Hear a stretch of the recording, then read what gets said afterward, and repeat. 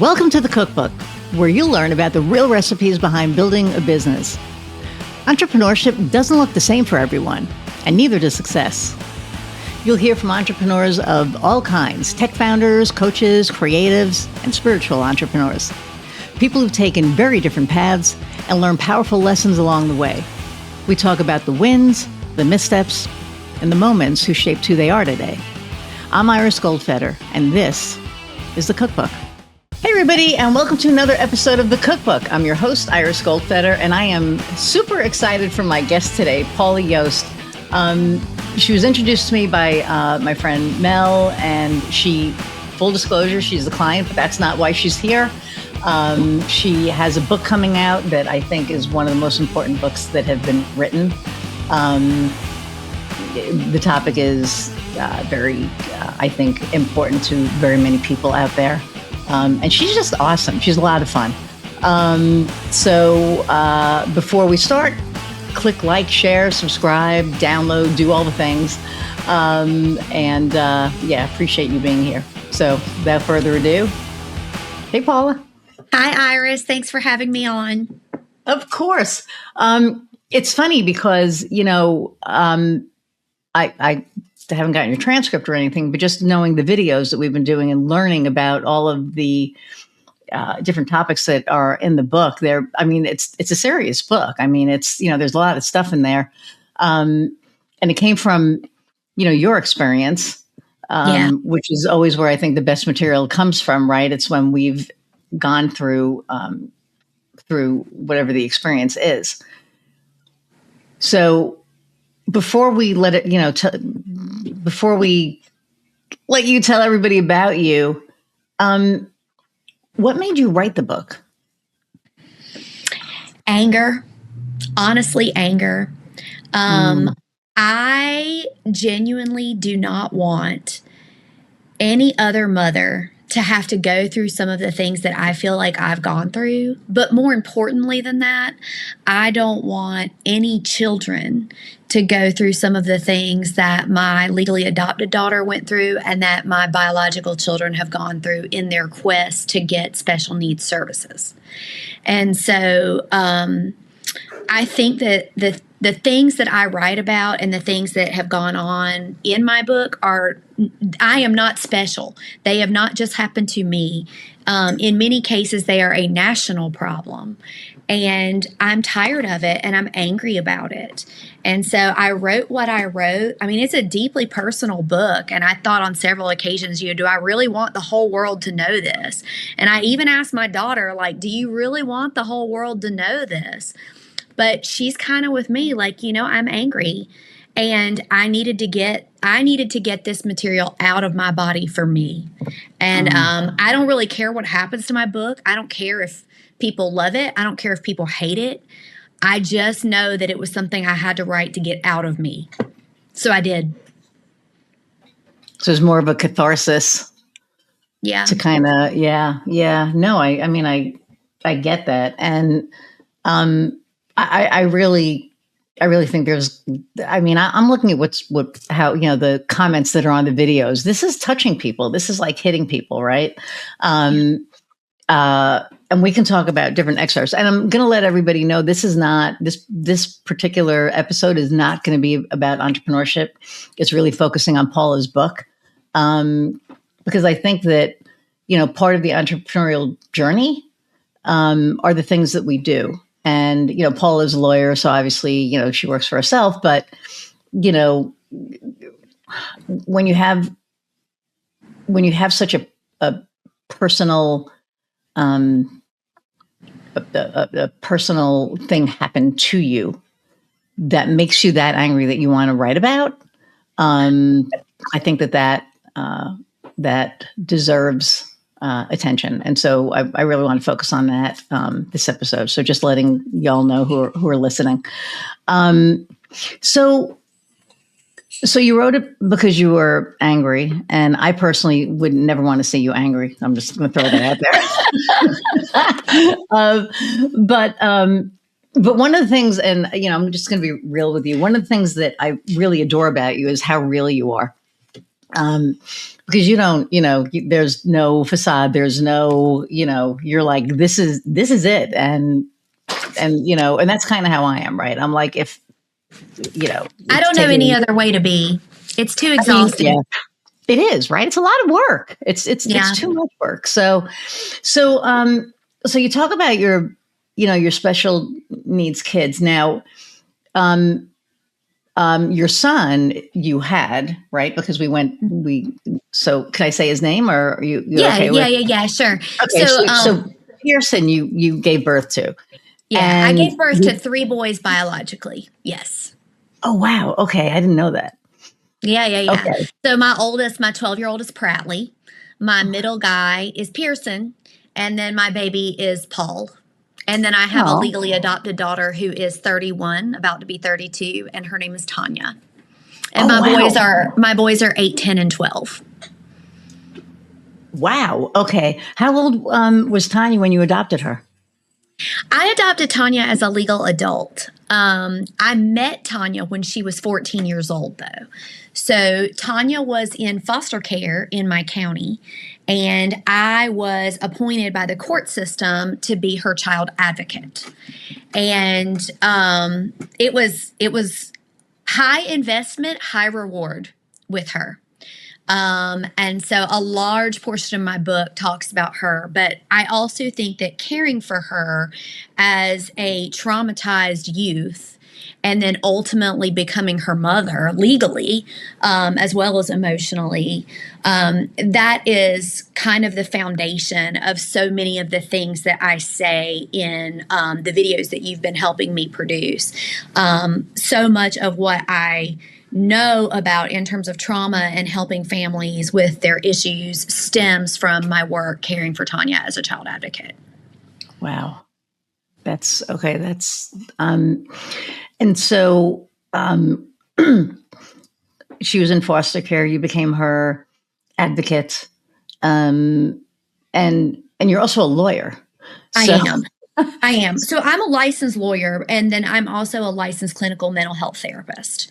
So I was a lawyer first, and then I realized that the court system fails us by not training lawyers on mental health, and most law is just mental health triage.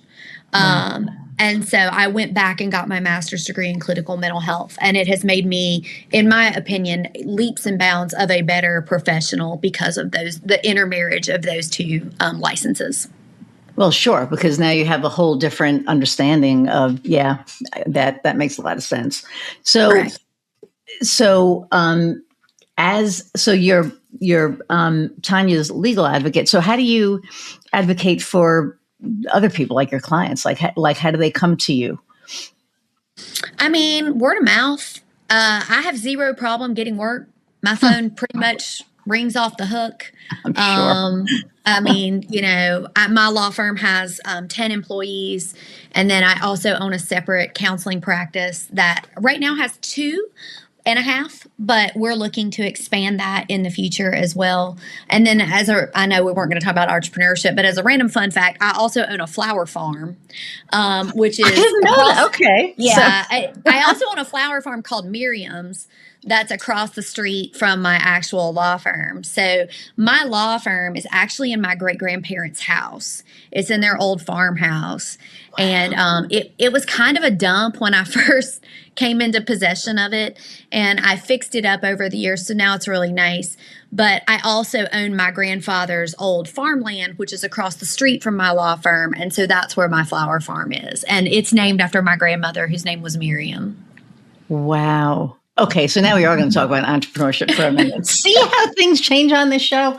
And I love this because this is the reason that I started this originally was to kind of talk about entrepreneurs and help people who are thinking about becoming entrepreneurs.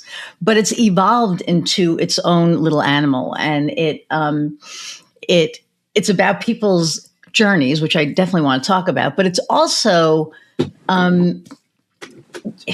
me, it's I have this platform to let other people, it's to give other people a voice. That's what I truly believe this thing is about, and what it's evolved into. And so the fact that, you have all of these, things I had no idea. So, but if you think about it, you're an all around entrepreneur because you have the law firm, you have the mental health practice, and you have the flower farm. So that's just, wow. And I can't believe I didn't know. I mean, I knew about the other two, but I had no idea about the flower farm. But usually when we talk, it's really fast. We don't really, get into the meat. So, so this is like fascinating for me. So did you just like start the flower farm because you were like, or was it, I have the land, I want to do something cool with it? Or what kind of a farm was it beforehand? So that is an insane question. So, and I'm just going to be real honest with you about this. Yeah. My family, just by nature, we were an agricultural family. Like my great grandfather was a hog and turkey farmer. And then my grandparents farmed for fun, but my grandfather pretty much ran a local cotton mill during his life. Obviously I'm Southern, so those were very typical Southern positions for people to do between, the 1930s and the 60s is to run a cotton mill and farm. So my grandfather's land across the road was basically where his personal residence was. And he just farmed, food for his family. It wasn't anything he sold or made money off of. It was just the way he grew up was he grew his own crops and shared it with others. So when my grandparents passed away, originally, my dad's sister had that property, and she had a brand new grandbaby who was beautiful. And so she wanted to sell that property, but wanted to keep it in the family. So she offered it to me first because it was right across the street from me. But what's interesting about that is literally 2 months before she called and said, "Hey, do you want to buy this from me?" I had been in Amsterdam during tulip season. And I was walking around looking at all the flowers in Amsterdam, and I remember texting my dad. I said, I am going to come home and I am going to plant acres and acres and acres of tulips and daffodils because they make me so happy. And then my aunt was like, "Do you want to buy this land?" And I was like, "Well, yes, I do, because I'm going to plant acres and acres and acres of tulips and daffodils on it." Wow. And, that's exactly what we've done. And, we try not to have like your boring run of the mill product. Like we really do try to import things from Amsterdam so that we're growing a unique product in our greenhouses. And I can't imagine you doing anything boring and typical. So, The other thing that's funny about this, especially for people who know me really well, I do not have a green thumb, number one. And number two, I do not like to be dirty. And both of those things make no sense when you own a flower farm. But I do the business aspect of it. And I hired a friend of mine from high school who her whole life she had said, "I really want to run a flower farm." And it was a dream of hers that she just hadn't been able to do. And after I bought this land, I was like, "Yo, you want to come be my farm manager?" And she was like, "Absolutely." And it's great. And that's been one of my gifts, I think, is I'm really good at being able to ask people, like, what do you want? Like, what do you want to do? And then once I know what someone wants to do, then I can put them in a position in my office. Like, there's another attorney in my office who she hates client facing. Like, she does not want to be FaceTiming with clients all day long. It makes her miserable. I could do that all day, but she doesn't want to do that. But she's a math rock star. She's a genius at math. And so she has more of a back office role, but she's excellent in that role. And that is an ideal job for her. So, I like to play to my strengths, and I also like to help other people, especially my children, play to their strengths, whatever those strengths are, because all of us have a strength. And I think it's your job when you are mom or employer to draw those strengths out, because nobody is going to be happy if they're fundamentally swimming upstream. Right. If that's not the way you vibe, you're not going to be good if you're a diehard introvert and somebody's telling you you've got to be talking all day long. You're going to be miserable and you're not going to be able to do it. Yeah. And then you're Yeah. going to leave. And I've never had an employee quit. I've never had to fire anyone. Like my longest standing employee has been here for 12 years. Wow. See, that's awesome. And one of my goals last year, we were joking around, was I was like, I want to get the right asses in the right seats. Yeah. And so we're talking about asses, and they're like, so your goal is about asses in 2026. And I said, I mean, technically, yeah, but it's really important that, you know, I have my things separated. My social media is my social media, which is why, things went the way that they did. But, because when you have people that are doing all the things, at some point something's going to drop, especially if that's right. not what their strength is, right? So that's why right. it's really important. And I love that, because I try to do this, the same thing. It's like Kofi is amazing at video. He's amazing at AI. He's amazing at all of these things. And he says, I work with all contractors, that, right? So it's like, for me, it's the people that I've known for a really long time, and how can I help my client, and by helping my client have the right people working on it. And that's why I do what I do. And that's, I think, why we're successful. And this year we're growing. This year is like kind of a crazy year. But that we're not talking about me. So for the book, walk us through, because it's a journey, right? And it's read a certain way. So walk us through the journey of, how it came to be. So I started out just writing about trying to get pregnant. And I told my husband, I was like, just so you know, like I wrote about all of it, like women's health, how we made babies. It's all in there because this is human, right? This is being a human being. Yep. And my husband was like, I'm cool. I don't care. I was like, okay, awesome. My husband's a medical professional and he's pretty cool anyway. So he was like, I don't care. And so it was not easy for us to get pregnant. And I grew up in evangelical Christianity. So when I was in high school at my Christian school in the 90s, of all things, when purity culture was a big deal, no one told us how to get pregnant. They told us how to not get pregnant. And basically they told us to be abstinent. And they really, like, I learned everything that I knew about sex from Teen Magazine and YM that I read in my job while I worked at CVS as a cashier in the 90s. That's what I would do at night. Is Wow. I would read about teenage girl health from Teen Magazine as a kid. So, of course, now I'm married. I'm 32. I want to have a child very, very much. My husband and I are, this was our goal. We wanted to be parents.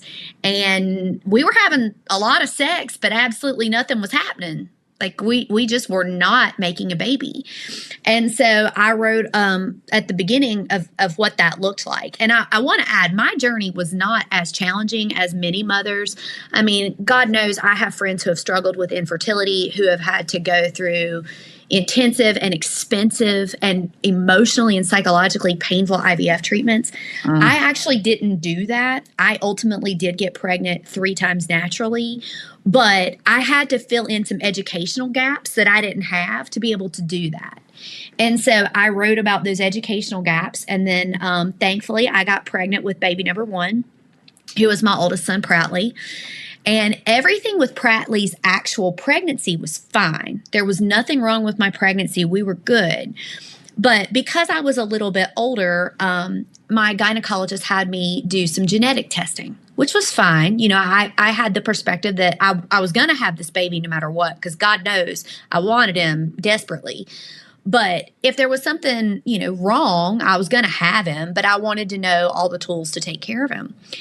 And so they discovered at 16 weeks that my son was born without a roof in his mouth, and pretty much all of his upper lip didn't form. Most of his nose didn't form. And so I went through the rest of that pregnancy absolutely terrified and completely anxious. And I did that because I wasn't sure if my child was going to be able to eat when he was born. And that was my fear, is what if this baby cannot eat? And what are we going to have to do to fix that? Because a lot of children wind up with intestinal tubes called Mickey buttons, which is how they eat. And so I met with an internationally famous craniofacial plastic surgeon who, thank God, just lived right across the town in Charlotte. I live in a small community. Well, not small anymore. It used to be small. I live just outside of Mecklenburg County in North Carolina. And so a premier, internationally famous surgeon happens to be in Mech. And so I met with him. I think I read every single medical journal there is to read about raising cleft palate children. Like everything that I could get my hands on, I just voraciously read it. And my baby shower my baby shower list looked totally different because I ordered bottles from Japan, like a special form of a bottle called a Haberman bottle and a pigeon bottle. Like I had all of this stuff. And so I gave birth to Prattley. He ultimately was able to eat, but it was a long journey with him. And it still is. Like he is 12 now, but he has had 5 surgeries. He's pretty much had to have the entire roof of his mouth rebuilt. Wow. He's had orthodontia since he was 3. He's had a ridiculous amount of speech therapy. He's, again, high investment, high reward. Like he's an amazing human being. He's an amazing person.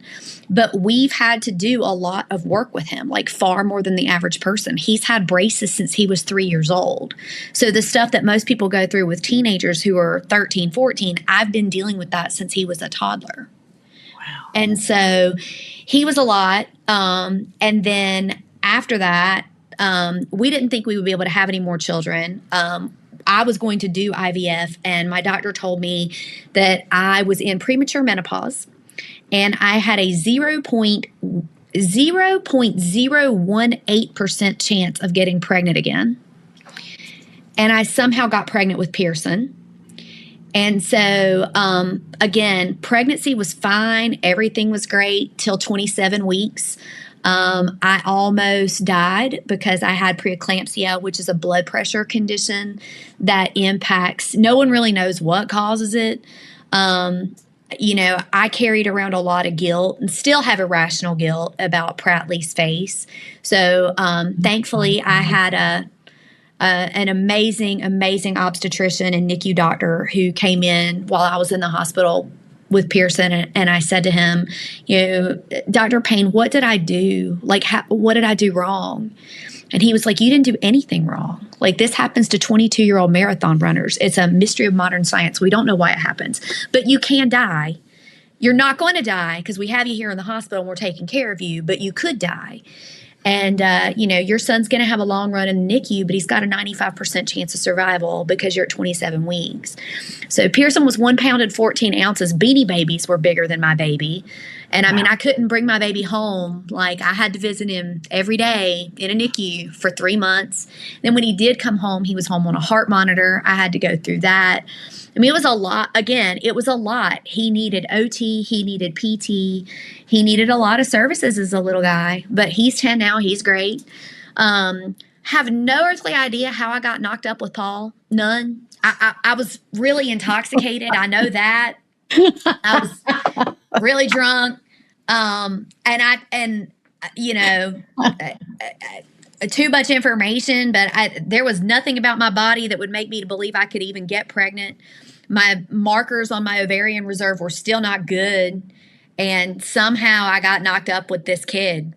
And Paul was my easiest pregnancy. He was easy peasy, totally normal pregnancy. Everything with Paul's been solid. I call him the child of fire. Like, all I know about that kid is he really wanted to be born. Wow. And then, of course, there's my daughter. Yeah. And my daughter, so when I got my daughter's case, I had been a child advocate in law school. And I had actually worked in a child advocacy office. And so I loved it. And I really felt like this is what I went to law school to do. Like, I like helping people. I don't really care if I make money or not. I truly don't. I could drive a Honda Accord and, live in a college-sized dorm room if I had to. If I didn't have kids, I probably would. Like, I don't need a whole lot of things to be happy. But doing child advocacy work was where I always felt like these situations are awful, but I feel like I'm making a difference. I love it. And so I had been working at a larger law firm here where I was miserable. and I needed to come up with something else to do with my life, and I wanted to go back to child welfare. So I told the folks who ran the local office that, and they were like, okay, well, we have a kid. We want you to read her file. Come in and read her file. And it was a hot mess of a file. She was a runner. She had spit in her social worker's face. She was developmentally in the 9th grade, but she was only in the 7th grade because of profound educational neglect. Her mother had a low IQ, but her mother also was an opioid addict. Oh. And her father had gone to prison when she was 2 or 3, and he was still in prison and was not predicted to be paroled until she was well into her 20s. I believe he committed a homicide. So she had no father. Mom was on drugs. There was a lot. There was a lot going on with Tanya. And I got her. And again, high investment, high reward, just like my bio kids. You know, she just needed somebody to explain to her that, you know what, like, it's not normal for you to live in a house that doesn't have toilet paper. So that, you know, one year, this is one of the stories I think I'm actually going to be making a video with you about this week. Tanya had been living with me and Peter. So when she graduated from high school, she aged out of foster care. And what happens to foster children all over America is that when they age out of foster care, they rarely have anywhere to go. So a lot of them wind up going back home to their family of origin. Some of them feel like they can't go back to their family of origin because of abuse or neglect or whatever reason. Mm-hmm. And many of those kids wind up in sex work jobs. They wind up in becoming human trafficking victims. They wind up being homeless themselves. Like, the outcomes for these children statistically are incredibly negative. And we were on that path with her. And I want to add too, my daughter is beautiful. And she's blonde. She actually looks like she could be my kid. In fact, people who see us together, when she says, this is my mom, people who don't know our story, I don't think they know that I'm her adopted mom. But she had aged out of foster care, and I came home one day and I told my husband, I said, look, we're bringing this kid home. And he was like, we're doing what? And he had known about her story because I was so invested in her. I mean, I'd been working with her for 4 years at this point. Wow. And I was like, I can't let her wind up living on the street. I just can't. Like, I cannot live with myself, and there's nowhere else for her to go, and she has no money, and we have a bedroom and a bathroom that we don't use. So we're moving her into our townhome. And my husband was like, well, all right. So one day, a couple weeks after that, I've always been a toilet paper hoarder, which is just a random fun fact. I did that before COVID. But my daughter came downstairs and she looked real weird. Like, she had a weird look on her face. And she was like, hey, Mom. And I said, yeah. And I think she was still calling me Paula then. She was like, Paula? I was like, yeah. She goes, I'm out of toilet paper. And I was like, oh, no big deal. So I walked to the closet where I store it, got a 24-pack down, and said, here, just go throw that up in your bathroom. You're good. And she looked strange. And I was like, what's the deal here? And she said, I've never lived in a place where I had, like, getting toilet paper was not a big deal. Like, we would run out of toilet paper every month and we would just have to use wash rags. And I was like, and that was her life. Like, that was her reality. Mm-hmm. We were also sitting at Christmas dinner just this past year, and somebody had opened I think my husband opened a pair of socks, and he took the socks down the hallway to throw them in the washing machine immediately, right? Like, he got new clothes. He has to wash them. This is his thing, right? And, like, I was making fun of him because, I mean, like, some people do that immediately. Other people don't. I was like, he's Mr. Clean over here. He's got to go wash his socks the second they get them. I do it immediately because I got a bra or something, whatever, and I put it on. Yeah. So, right. So of course, I'm like him, but anyway, daughter pops up at the table and she goes, yeah, we used to wear homeless people's stuff. So my standards are real low. And all of us just paused and we're like, oh, okay. But honestly too, she's like me in the sense that, like, she's raw. She doesn't lie about who she is. She's real upfront with you. That's been one of the best experiences for my sons. because my sons know what their sister went through.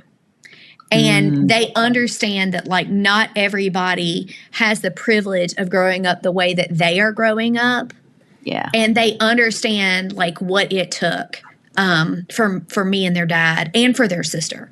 Because the thing about Tanya is that she is a survivor. She has a college degree. I got into a huge fight at an IEP meeting. This is in my book. This was somebody I made real mad. Well, she made me real mad, and I responded, egregiously. She looked at me in an IEP meeting when Tanya was 14 and said, "You just need to get her ready for a GED if she can complete that."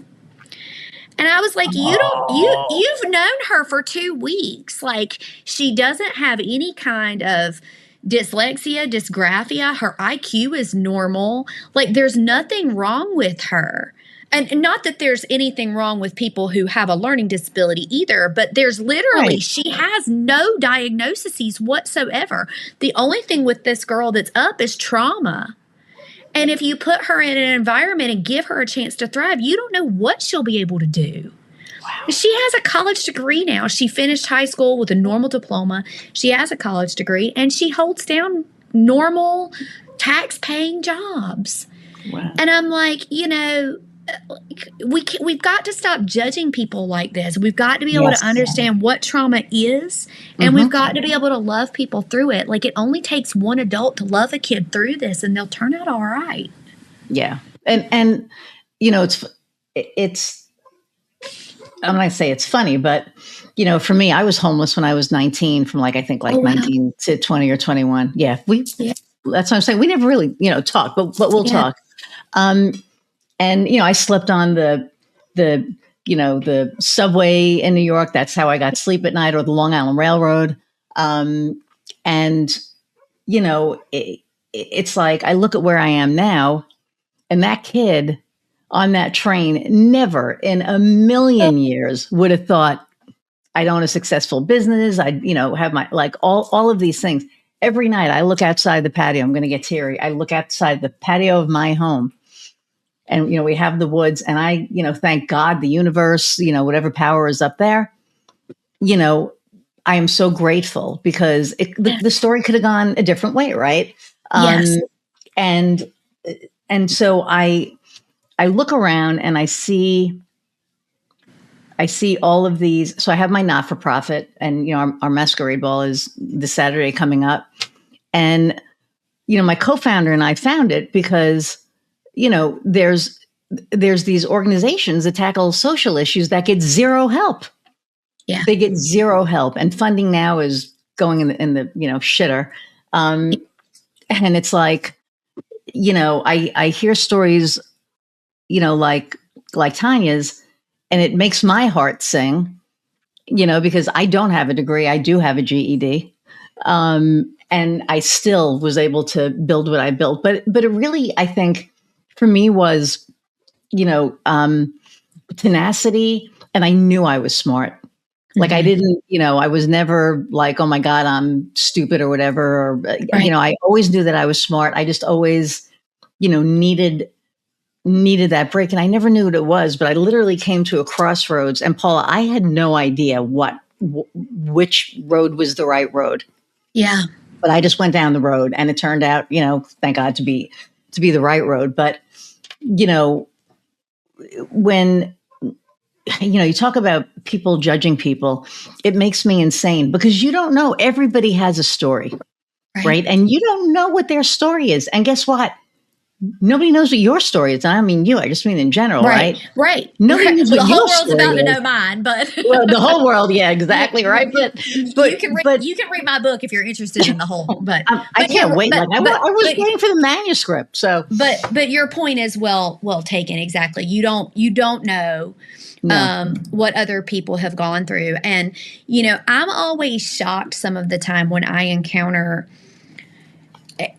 professionals, and by professionals, I mean people who work in child welfare, teachers, social workers, law enforcement officers, pediatricians, attorneys, nurses.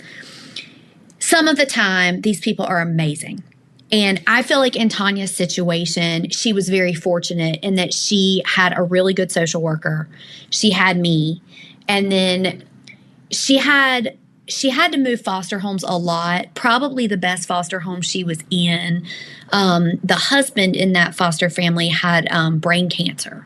He developed brain cancer while she was living in the home, and they wound up having to leave the state to move closer to their family of origin. So they weren't able to continue to serve her. So, which was another huge loss and huge abandonment. Like, we're still in contact with those folks to this day. I mean, and that was like 20 years ago. Yeah. But so these people are not created equal. Like, there are social workers that are amazing. There are teachers who are amazing. There's professionals who are amazing. And then there's people who are not. Right. And the people who are not, like this, woman, well, you just need to prepare her for a GED because, whatever, she's not going to be able to do any more than that. Even to this day, I'm angry about it. I wrote this book because I'm angry. Because I'm sitting there going, I shouldn't have to tell you that you should not make a judgment about a child who you've had in your school for 2 weeks, who has no known learning disability, who is in foster care. Like, that about her. Like, how dare you essentially sentence her to a certain grid or a certain box that you think she fits in? How dare you? You have no idea what she can do. And there were absolutely moments, let's be clear, there were moments that I had no idea if Tanya would be able to do something or not. I had no idea if she could finish college. I had no idea if she could even finish high school. I didn't know, but neither did anyone else. Right. And that was the song that I sang a lot. We don't know what she's capable of because absolutely no one has ever given her the emotional stability and safety to be able to try. And we are going to offer her that because she deserves that. Yeah. Wow. She deserves that. Her life matters. And if we can give her an opportunity, she might run with that opportunity and wind up being pretty darn amazing. I mean, statistically, she should have become an Epstein victim, to be honest with you. I mean, statistically, her outcomes were not looking good. Yeah. And I didn't know if she could do it or not, but I knew I wasn't going to leave her. And I also knew I wasn't going to deny her the chance. Right. And so I think that all the fighting that I did for her, though, enabled me so that when my bio kids were born, I knew exactly what to do. I launched right back into that advocacy mode that I gave her. I was able to give that to my actual children, or, well, they're all my actual children, but I was able to give it to my biological children because I had been really primed for advocacy with my older daughter. Yeah, that's wow. And it pisses me off too when people just judge people. When I was up, I used to live in Chicago, and there was this guy who I worked on Elizabeth Street, which was off of Lake, and then 2 blocks over was Randolph, and that's where all the fancy schmancy restaurants were, and and there was this guy. And he would walk up and down Randolph. And I was with one of my coworkers, and she would look at him and she was like, God, he's a dirtbag. And I'm like, you don't know that. Yeah. Right. And he looked homeless. Like you looked at him and it's like, ooh, do I throw him $20? Right. It was like, what do you do? But something in my gut, it was really weird. It was like I knew that, he wasn't homeless or whatever. And so, we would be walking down the street. She'd want to cross over. And Randolph isn't easy to cross over. It goes like this. There was like a thing in the middle, and then you had to go on the other side. So long story short, a couple of months went by, and I went to, there was a restaurant called Ina's. And it was this Jewish mom, I think from New York, who moved, who opened up this restaurant, and it was like the best food in the freaking world. And I stood outside, and he was there, and I was like, I'm going to ask you something. And I I could be totally off base. And if I am, I apologize, but do you need a meal? And he started laughing. And I said, sorry? And he goes, first off, he said, you're one of the only people who've offered me that. So thank you so much for being kind. And he goes, I own a penthouse on Michigan. And I was like, I said, get out of here, because I thought he was, so, Yeah. he said, no, he goes, meet me here for lunch next week. I said, all right. So we made a date to, meet that Wednesday, and he's in his like Armani suit and, like all dolled up. And I was just like, Yeah. son of a bitch, I was right. So I told my friend, and she was like, how did you even know that? And I was like, honestly, I didn't. I said, but something just told me, like my intuition, call it whatever you want. But I was like something, and I didn't offer him a meal I was like, what if I'm wrong? And the guy's hungry and we're right outside of Ina's, So it was just, so funny. And turned out to be a really, really nice guy. Got a little creepy. So we stopped talking because he didn't, couldn't understand that I was kind of dating a woman. So, but it was just funny. And that's my favorite story to tell about. Don't judge a book by a cover because you just don't know. Not at all. You just don't know. And on the converse side, somebody can be a millionaire, somebody can be well off, and they're going through hell and you don't know. Yeah, absolutely. So I try to really, be cognizant of my whole thing is if you can be anything, be kind, because you just don't know. Yeah, for sure. Absolutely. You just don't know. So tell us more about, walk us, through your book more. Well, I think some of the things that I really wrote about that I said I wrote it because I'm angry, and I did, but I also wrote it because I want to empower people to feel hopeful and also to be able to advocate for themselves. And so I wrote a lot in there about conversations that I had with doctors when I was going through various things with my own body. I wrote about things my children have gone through. I wrote about, traumatic experiences I had in the hospital or with nurses, and the way I dealt with things. I also wrote a lot about things like helping your children who need education assistance. So like my little dude needed a whole lot of speech therapy. I mean, you can imagine if you're born without a roof in your mouth, the amount of speech. Is that repaired now or that's a great question. So cleft palate repair, I think a lot of people think it's just one surgery and you're done. And I think they think that because of the advertisements we see about Operation Smile and the work that Operation Smile and Smile Train do in countries like Africa. And so it is true that one surgery can make you visually look much better. But it is an ongoing process. Like right now, Prattley has had 5 surgeries. He will have more, but we're waiting for him to complete the process of puberty because that process changes your bone structure. And so we're waiting on him to complete that before he has more.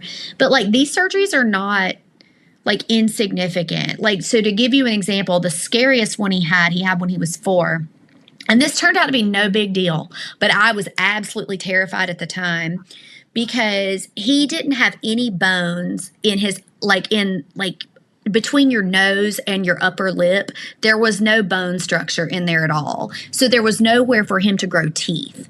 And they needed to make sure he had a bone structure, not only for speech, but so his teeth can grow in the future. So in order to build that bridge, they took bone from his hip.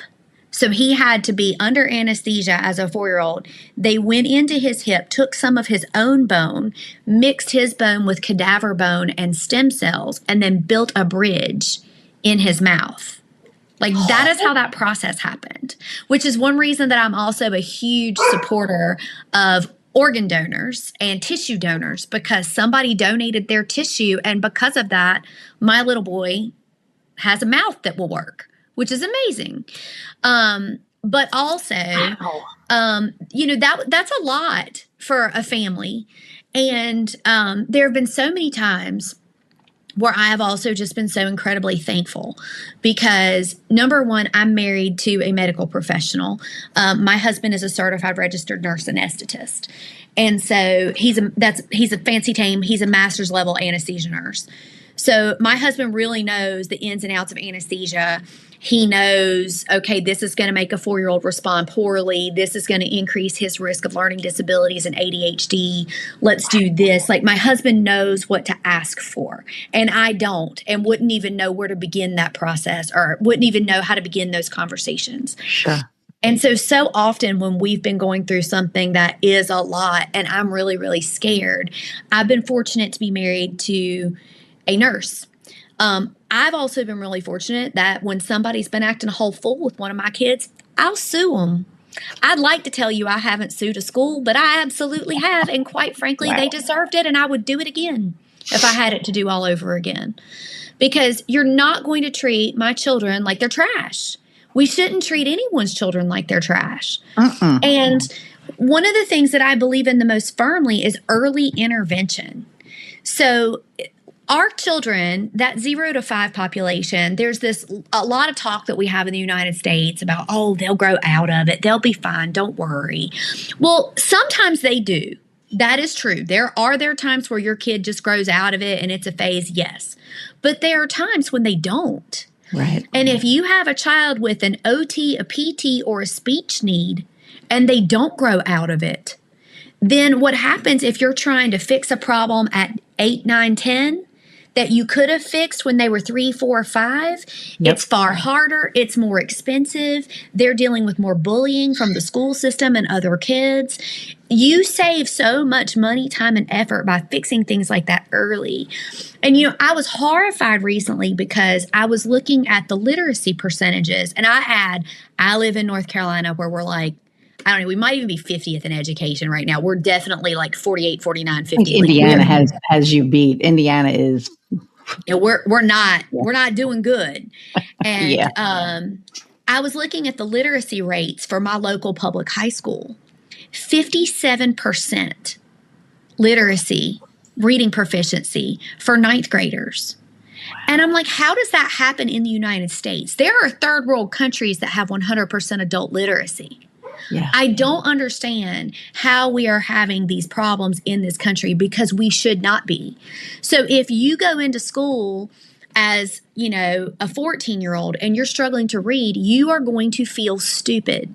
That doesn't mean you are stupid. It just means that you don't have the foundational tools that you need to be successful in school or in the workplace. That impacts you for life, and it impacts your long-term earning potential. Wow. And so I just want parents to be empowered that, like, if you see something, you as a parent are probably not wrong. And you are absolutely right to want to correct it, to want to help. Go see the doctor. If the doctor can't give you a referral, know your community, know your resources, ask, argue with people. Like, so many women are conditioned to be people pleasers. And you just can't be a people pleaser when you have a kid with a need that needs to get taken care of. It is okay to be confrontational. Confrontational does not mean that you're picking a fight or that you're being mean. And if somebody views it that way, I mean, as long as you're not screaming inappropriately or threatening somebody, you're able to say, I don't agree with you. I, as the mother of this child, believe that he needs A, B, and C, and you deserve the human dignity, and your child deserves the human dignity of having that be taken seriously. Wow. Yeah. See. I'm so glad that you wrote this book because there are so many people out there that, they're almost afraid to speak up, and you talk about, the literacy levels and stuff like that. I think that's by design. I'm going to, and I hate to say it, but, and that's a whole nother podcast I'm sure you and I could talk about, but, it's like, I think that is done by design because the less educated people are, the less, there's going to be dissension, but we'll move on from that. So I love the fact that you sued the schools because a lot of people, and I really, I really mean it because a lot of people have, they don't realize the power that their words have and the harm that their words can do, right? Yeah. And I think unless they're held to task for it, they're never going to understand it. So the fact that you did that, I'm sure that it woke some people's asses up that, they were like, oh, maybe we shouldn't be doing this, or, and maybe you didn't, because some people don't learn, right? So I think I'd like to speak to that. And this is something I've struggled with. I actually don't think it did anything. I think that they were just glad I went away. I really think that I don't think that it accomplished anything. Ultimately, what wound up happening, I sued for some back services that I felt like my son was denied. We settled out of court, but I pulled my children out of public schools in North Carolina. And I want to believe in the public school system. I do. I want to believe in public education. But in my particular circumstance, given my oldest child's, Pratley has visible craniofacial scars. Like, I couldn't hide the fact. People were always like, we can't talk about your son's condition because of HIPAA. I'm like, I couldn't hide Pratley's condition if I wanted to. It's on his face. You can look at Pratley even now, and he's handsome. He's a beautiful boy, but you can tell that he has permanent scars that are never going to go away. You cannot do anything about cleft palate related scars. They're always going to be there. And, I couldn't hide that condition, and he can't hide that condition if he wanted to. Right. And so I resent that statement because it's insensitive, but ultimately, I moved him into a small private school, and I love the director of that school because I met her and I said, look, kids in his demographic get picked on. And I'm not going to deal with that. Like, he does not, that is a distraction from learning. And I don't want any bullying with him. And if that starts, I just want you to know I'm going to be a problem, and I expect you to support me in that. And she was absolutely, we don't tolerate things like that here. It's going to be okay. And she's lived up to that. And he's truly never had that experience in school because he's been with mostly the same groups of kids since he was a little guy. And when he was in the second grade, he did have some kids that were not being bad kids. They were being curious kids. There's a huge difference in being a bully and asking a question because you're curious. 100%. Yeah. And so he had some kids that were like, why do you have braces? And he was like, well, because I have cleft palate. And they would be like, well, what's that? And he came home and he was like, Mom, I don't know how to explain myself. And I'm like, well, I understand that. Like, he was 7. Like, how would he know? He doesn't remember everything he hasn't read 700 medical journals about this. Right. So I called the school and I told them what had happened. I said, look, I'm not mad. I'm not upset. These children are not being bad. They're curious. And I was like, can I come in and just talk to them about what cleft palate is? And I'll show them Pratley's baby book. Absolutely, come on down. So I just taught the class for about 10 minutes. This is what happened. This is the way he was born. He has braces because we're fixing his orthodontia. Many of you will have braces. He will be able to help you through that process. Also, if you need to have surgery, he's had 5. He'll be able to support you through that too. And so it was great. It was great. And he's never had a problem at his school. And I do not trust that my local school would have allowed me to do that. I also think that there are so many children, and he would have changed populations every year. The average kid, that's fine. But I think for him, that would have been a problem. And I'm sure there are some people who say, well, you can't shield them for everything forever. Well, you can't. But when they're learning how to read, write, and do basic math, that was something that I would prefer to avoid. And I did. You're a good mom. That's just so, that's, and I love that he has this, this same group around him that can support him and be curious. It's good to be curious. And I think, yes, instead of being afraid of what you don't understand, ask freaking questions. Yeah. And the kids do. Yeah. So I think that's amazing. Yeah, and that's a natural part of childhood. They're going to ask questions, and there's nothing wrong with asking questions. It's a big difference if you're going to and I will say we have had some instances, not at school, but we have had some instances in other places, usually sporting events. My son's a competitive swimmer, which, by the way, he's a competitive swimmer because the plastic surgeon said, I want you to get him swimming because if he can push air in water, that will help his speech because it's going to strengthen his velum and all the things in his mouth that he was not born with. Wow. So I've had him swimming since he was 3. And so he's a competitive swimmer, and he's pretty good. I mean, honestly, he's probably not going to be the next Michael Phelps or anything, but for his age, he's a pretty good swimmer. He's fast, and so he's had some kids, make comments, and those kids, they got my wrath. Well, their families got my wrath, not the children, but we've had some conversations with some coaches and some moms about I wouldn't do that if I were you. Again. And my son knows, like, he'll say, like, if you're mean to me, like, you're going to deal with my mom. And he's like, good luck with that. I've deal with my mom. He's like, I've seen my mom mad. He's like, good luck, dude. Like, oh my God.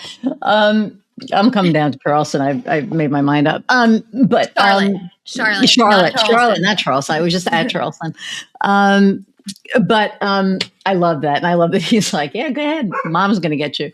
And the fact that he knows that you have your back is so huge, right? That you have his back. Is all my kids know that. They all know. I love that. Like, I will like Game of Thrones. Like, I'll burn everything down for my kids. But quite frankly, that's what you should be doing.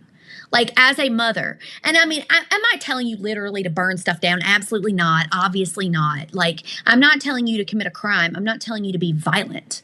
Right. But I am telling you, when you are a parent, you have one job, and that job is to make your children feel supported and loved. That's it. And so my kids are never, ever going to be able to say, my mom does not love me, my mom does not support me. That I'm going to give them that. If there's breath in my body, they are going to have that from me. Yeah, and that's amazing. And that's so... It's so important. It's important to their development. It's important to their feeling of safety. Because a lot of kids, don't grow up with that. So, right. Yeah.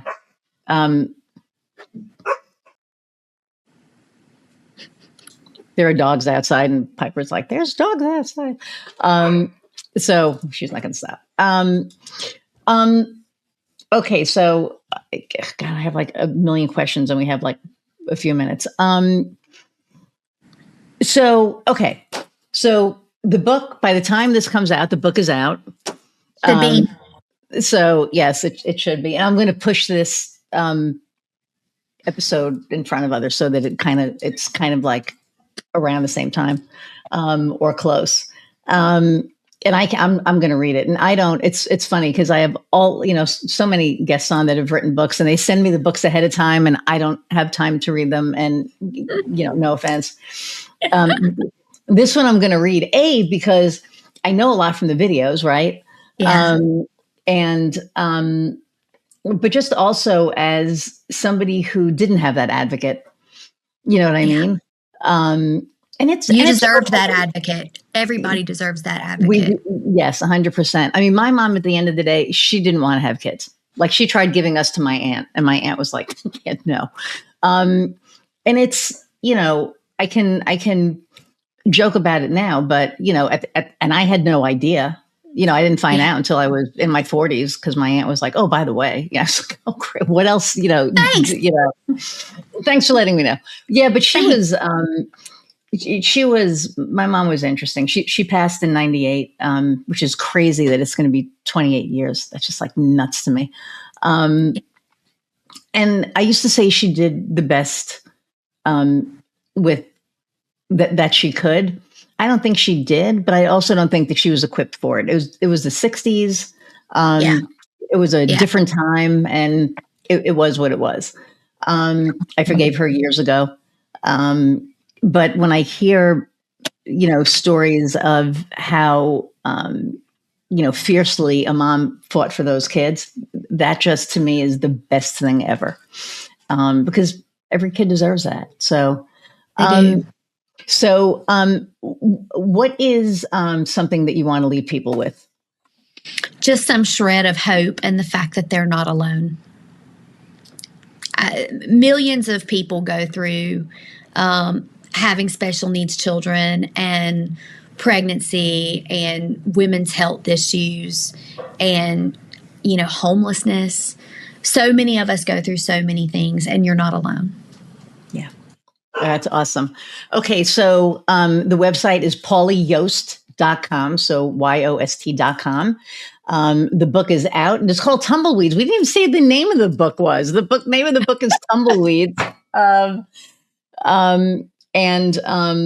You can get it on, I'm sure, Amazon and all the other places where books are available. Thank you so much for taking time out of your day. I know how busy you are. Like, nobody knows probably better than me. So I really appreciate you sharing, you and your story with my audience. And the last question that I ask all my guests is, what lights your fire? I'm such a words of affirmation girl. I really enjoy being able to help people and feeling like that the work that I did made a difference. I never became any of the stuff that I've become because I wanted to hurt anyone. I've always really wanted to make the world a better place than the way I found it. Wow. All right. Thank you so much. Hang on one second. I'm going to say goodbye and I'll be right back. Sure. Everybody, thank you so much. Run, don't walk to go get Tumbleweeds. It's I haven't read it. I know what's in it, and it is really it's a really great book. It's a great story. If you need and here's the other thing, right? If you are somebody who needs an advocate, find one. If you can't find one, we'll try and find resources to put in the notes of this episode for you to be able to find an advocate, because everybody needs somebody to speak for them. So I want to thank you all for hanging out an hour plus again. I appreciate all of you watching and making comments and downloading and all of that. Let us know what you thought about this episode. Leave some comments down below. And appreciate you all. And until next time, go out and find what lights your fire. See ya.